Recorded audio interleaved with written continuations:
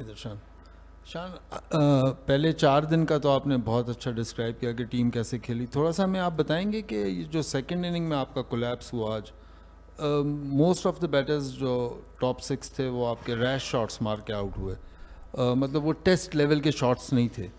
तो ऐसा क्या हुआ कि ये के बाद दीगरे आपकी इतनी ज़्यादा विकटें गिर गई और आपका अर्लियर प्लान था कि आप लोग ड्रॉ के लिए जाएंगे, लेकिन क्या उनके दोनों स्पिनर्स इतने ज़्यादा इफेक्टिव हो गए आज पहले और दूसरे सेशन में कि टीम 146 पे ऑल आउट होगी?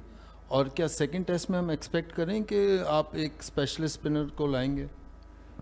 देखिए जोजी भाई, ऑब्वियसली आपको जो स्क्रीन पे नज़र आता है वो ऑब्वियसली वो पूरी पिक्चर होती है कि हुआ क्या है, इवेंट क्या हुआ है। बट आई थिंक इसमें अगर आप देखें गेम की सिचुएशन होती है, और हमने क्रिकेट में देखा है कि कभी कभार चीज़ें ऐसी होती हैं कि आप मतलब आपने वर्ड कैजुअल यूज़ किया, लेकिन आप ऐसे भी कह सकते हैं कि बहुत सारी ऐसी चीज़ें हुई हैं जो नंबर 1 आपके फेवर में नहीं जाती।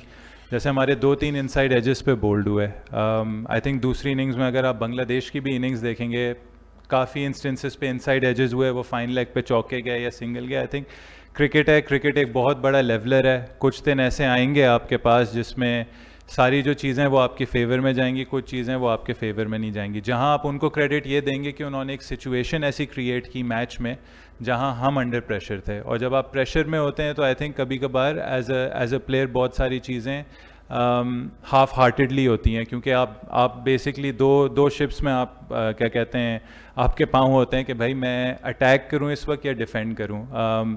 सिचुएशन में हमने कभी नहीं कहा था कि हम ड्रॉ खेलने जाएंगे। मैंने कहा रियलिस्टिकली एक ऐसी सिचुएशन थी कि जब 117 रन्स की उनकी लीड थी और मैच में जिस दिन पूरे 90 ओवर्स नहीं होने थे, तो रियलिस्टिकली हमें 250 रन्स तो चाहिए थे कि हम कहते कि हम इसको डिफेंड कर पाएंगे। 250 के लिए हमें 300 रन्स करने पड़ते। तो एक ऐसी सिचुएशन क्रिएट हुई थी जिसमें आई थिंक कभी कभार बैट्समैन डबल माइंडेड होता है, कुछ मिस्टेक्स होती हैं। जी आपने बिल्कुल सही बोला कि मिस्टेक्स हुई हैं, और अब हमारे लिए लर्निंग लेसन ये है कि जब प्रेशर अप्लाई होगा हम किस तरीके से उस प्रेशर को वापस दूसरी टीम पे डालेंगे या हम उस प्रेशर को किस तरीके से एब्जॉर्ब करेंगे। आई थिंक आज वो दिन था जहां हमें एब्जॉर्ब करने की ज़रूरत थी।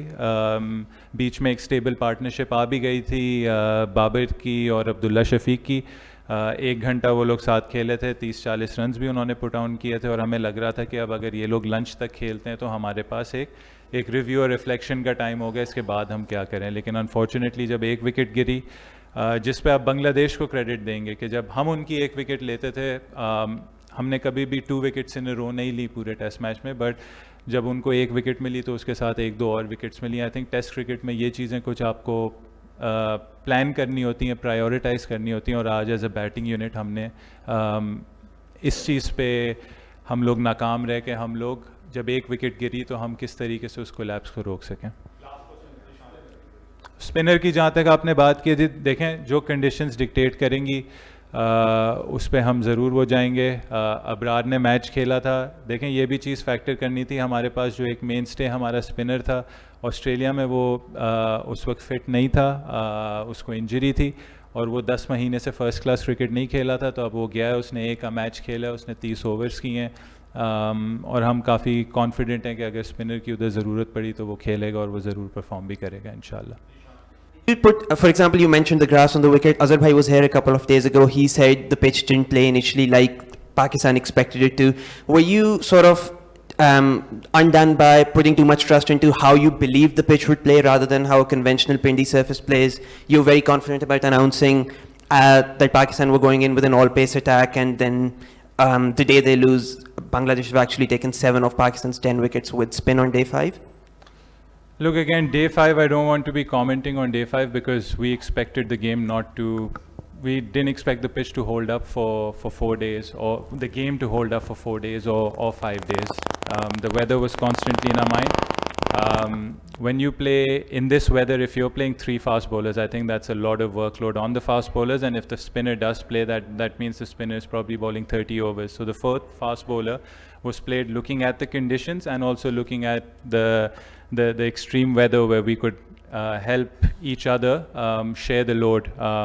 Naseem hadn't played test cricket for a while, Shaheen also hadn't played test cricket a while, and Pakistan as a team hadn't played for 10 months. So if we played 3 fast bowlers and lost a fast bowler through injury, we could have been like, why didn't we play that fourth bowler? Obviously, there was a setback before the series that we lost someone in the case of Amir Jamal, who helped us both with bat and ball.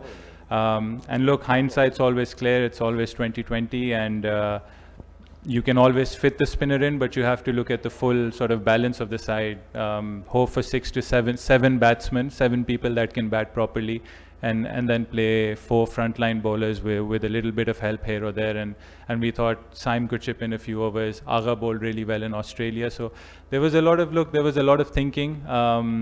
And at the end of the day, it was how the 2 innings went, the 2 first innings went. I thought there were plenty of opportunities that we could have taken that would have meant that we would have had a little bit of a lead, and then we could have been the ones that had been putting pressure on Bangladesh, but it turned to be the other way